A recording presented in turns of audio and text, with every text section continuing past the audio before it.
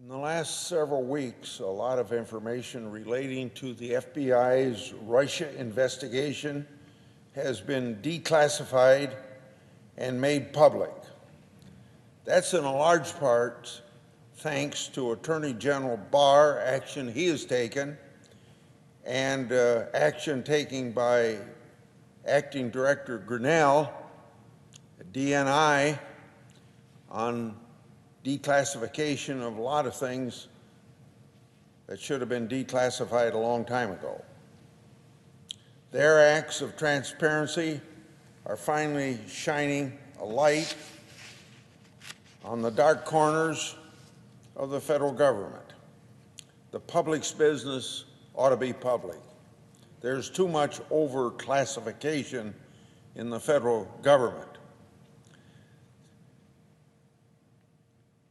Barr and Grinnell are doing what they ought to do, and I hope they keep it up. In the last several weeks, we've also seen a lot of denial from some quarters in the media about the information that's been released. Also last week, former President Obama said the rule of law is at risk because of the Justice Department's dismissal of the Flynn case. And contrary to what President Obama believes or the media might say, I believe the opposite is true. The rule of law is at risk if the federal government can get away with violating the Constitution to do what they did to Lieutenant General Flynn. And when it comes to those violations and other misconduct by former government officials, Obama and the mainstream media pundits, they all seem to be silent all of a sudden. I've heard no comment from Mr. Obama about the independent Inspector General's findings that Andrew McCabe lied under oath to federal investigators multiple times. Or I haven't heard about how Department of Justice prosecutors falsely told the court that they had produced all Brady material to Flynn. Or I haven't heard them when the federal government surveilled an American citizen connected to the Trump campaign without probable cause and based on intelligence that the FBI knew was questionable at best. Too much silence on something that now is so obvious. Since 2017, I've aggressively pursued the Flynn investigation to find out more about why the FBI decided to interview Flynn, make him a subject of an investigation, and then why the Justice Department eventually charged him. From the beginning, I wanted to know the facts of the case. And from the beginning, none of what I found looked right. Having done good government oversight for over 40 years, I know a government foul-up when I see it. The public knows a lot more than it did in 2017 when the news first broke about this Flynn case. For example, we know on January 4th, 2017, the FBI wrote a closing memorandum on Flynn, who was codenamed Crossfire Razor by the FBI, and that memorandum said the intelligence community could find no derogatory information on the general. On the very same day, the FBI was ready to close the Flynn case. Peter Strzok asked another FBI agent something like this: hey, if you haven't closed Razor, don't do it yet, end of quote. So Strzok obviously had another agenda. The case was still open at that moment, and Strzok asked that it be kept open quote unquote, for now.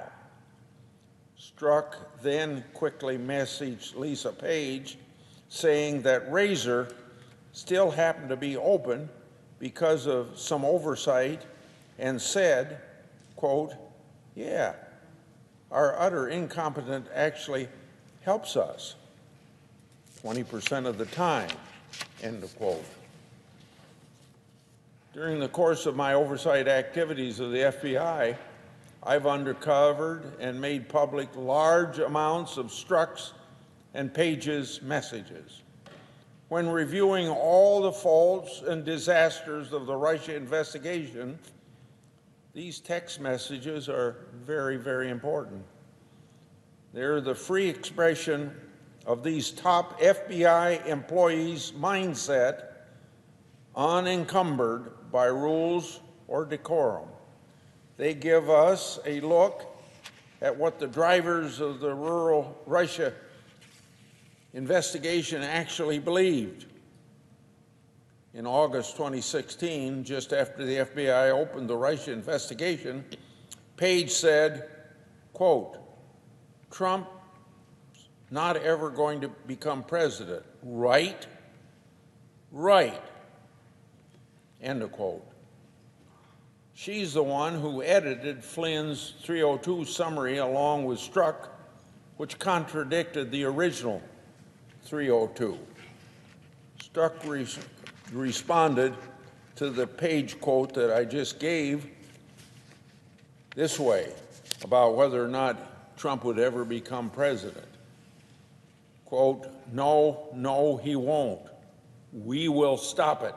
We'll stop it. Their animus towards Trump helps to explain why they cut corners and why they didn't follow regular protocol in running their inquiry. On January the 5th, 2017, the day that Strzok moved to keep the Flynn case open, President Obama met with Director Comey, Deputy Attorney General Sally Yates, Vice President Biden, and National Security Advisor Susan Rice. At that meeting, they briefed President Obama on the Russia investigation. It's unclear to what extent they discussed the details of the investigation amongst each other, but given all that we know now regarding the fake foundation to the inquiry, it's time we ask, what did Obama and Biden know, and when did they know it? During the course of my oversight, I acquired an email from Susan Rice. She sent herself an email on Obama's last day in office, January the 20th, 2017. That email memorized the alleged contents of the January 5th, 2017 meeting with Obama that I previously referred to. As I noted in 2018 when I made the email public, I found it very odd that among her activities in the final moments of the final day of the Obama administration, that she would write herself an email about a meeting that happened several weeks prior about this investigation. According to Rice, Obama wanted everything done, quote unquote, by the book. Of course, we now know that never happened. She also said in part, quote, the president, as in Obama, asked Comey to inform him of anything changes in the next few weeks that should affect how we share classified information with the incoming team, end of quote.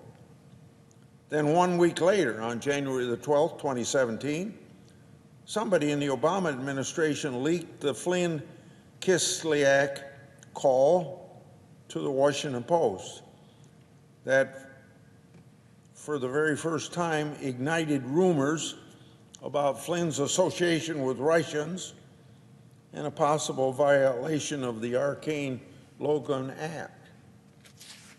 Now, wasn't this really a perfectly timed leak? One that would help create a fake foundation to interview Flynn. Well, guess what happened? 12 days later, on January the 24th, 2017, Strzok interviewed Flynn in the White House. Prior to that interview, Comey chose not to follow normal protocols to inform the White House that the FBI intended to interview an employee. Now, we all know that the FBI would normally work through the White House counsel to have discussions for approval and who would be present at that interview. Now, you've seen it on television several times this weekend. Comey bragging about getting away with skirting the rules. When he was asked in a 2018 interview about how he did it, Comey said, and this is what showed up in these last weekends, I sent them, meaning he sent the FBI agents to interview. So I'll start over again. I sent them, something I probably wouldn't have done or even got away with in a more organized investigation, a more organized administration, end of quote. According to Comey's former assistant, Comey said, quote, we just decided, screw it, end of quote, in reference to their breaking protocol with the White House. Now, I referred to an email that said the president wanted to do this by the book. Well, what I just described to you is hardly by the book. Flynn was never told during this interview that he was being secretly interrogated for what he was being secretly interrogated for, and the whole thing was done without Flynn having an attorney present. In fact, I think I recall they even told him he didn't need an attorney.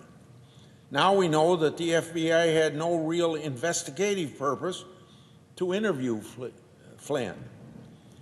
We also know, based upon FBI notes, that agents apparently interviewed Flynn to trick him in a lie so that they could prosecute him or get him fired. And that prosecuting him or getting him fired are very clear in some notes that we got from the FBI, handwritten notes. Keep in mind, the FBI had prepared to close this case weeks before, except it didn't quite get closed because Strzok came in and said, can we keep it open, or something to that effect. The FBI already had the transcript of the Flynn Ambassador Kislyak call. They knew exactly what was discussed. So what was the point of interviewing Flynn if they already had the transcript? Well, lucky for Strzok. The FBI had not technically closed the Flynn case, so he figured yet they could lay a trap for Flynn, and they did lay a trap. In doing so, they didn't warn him that he was under investigation. They went around the Justice Department, and I made it very clear how they bypassed the White House on interview protocols because Comey was bragging on television about that. Under Comey's leadership, the FBI abused government power in ways that our founders and framers feared most. Because they had enough of George III. They wasn't going to let it happen again in the United States. That's why they wrote the Constitution the way they did. The Russia investigation, in other words, is a textbook example of what not to do. At every step of the investigation, the government sought evidence to advance it, never got the evidence that they needed to advance it, and advanced the investigation anyway. Pretty clearly, an abuse of power. Let's recall that Comey also leaked his memos of his private discussion with President Trump to get the special counsel Mueller appointed. Comey's pretty smart. He had a plan. It worked. And that plan worked to get Mueller appointed. Mueller did his work for 2 years, and it cost the taxpayers $30 million. And in the end, Mueller found no collusion and no obstruction, which is exactly the same information that the House Intelligence Committee's 50-plus depositions told us. And those were done way back, not way back, but a little way back in 2017. Mueller finished his job 2019. That's more than $30 million just to reinvent the wheel. Now, with respect to Comey, I think it's monumentally important to point out a piece of his testimony from 2017 before the House Intelligence Committee. Comey said the following, quote, "We had an open counterintelligence investigation on Mr. Flynn, and it had been open since the summertime, and we were very close to closing it. In fact, I think I had authorized it to be closed at the end of December, beginning of January," end of quote. Now, Comey leaked his memos so that the public would know the president allegedly said to him that he hoped Comey would let the whole Flynn thing go. That's what the hook was to getting a special counsel appointed. Not once in Comey's memos did he mention that by the time that conversation occurred, he had already authorized the Flynn case to be closed. Don't you think that's a material fact that would put the proper context on his interactions with Trump? Attorney General Barr is exactly right. What the FBI did to Flynn cannot be justified by any angle of review. What the FBI did is flout the rule of law and the Constitution. Entrapment is unconstitutional. That's where the outrage ought to be, not on the dismissal of the case, but on the facts the case was brought in the first place and a good man's life being destroyed. Mueller had all these facts. He had documents. He had the Brady material. He had the FBI notes and contradictory 302 summaries. He had the emails. He had all the information that showed Flynn was set up, targeted, and pressured to plead guilty in a secret side deal between the Mueller team and his former lawyers, only because he was running out of money and the government was coming after his son. Flynn did what maybe a lot of people would do when your family is at stake. Flynn did what he did to save his family from financial ruin and his son from reputational ruin. He did what any father would do for his family. If it can happen to Flynn, it can happen to you. It can happen to any American. And in some ways, it's also happened to a person, not to forget, a Carter Page and the illegal surveillance on Carter Page. You know, in this business of self-government, in this business of constitutional safeguards, we still are in a constant battle between liberty and tyranny. and we've seen some tyranny in regard to Flynn. My fellow Americans, let's use the Russian investigation and all of its shortcomings to forever guard against the tyranny of federal government. One last thing.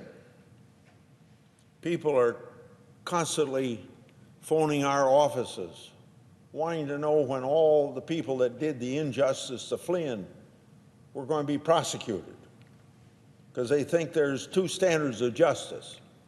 You know, McCabe, they announced he isn't going to be prosecuted yesterday, but Flynn was entrapped to be prosecuted. And how wrong that is. And a lot of people want justice brought to the people that did the injustice. And I think they ought to be prosecuted. But even more important than prosecuting him, it's about time that these facts get out so the public knows the injustice that's going on within our government, within the FBI, the highest levels of the FBI. We aren't finding fault with the FBI, the people that are doing what needs to be done to bring law and order to our country. But when we have these unusual, illegal, unconstitutional, corrupt things that happen to Flynn, it ought to wake up the American people, but it ought to wake up those of us in government to make sure it never happens again.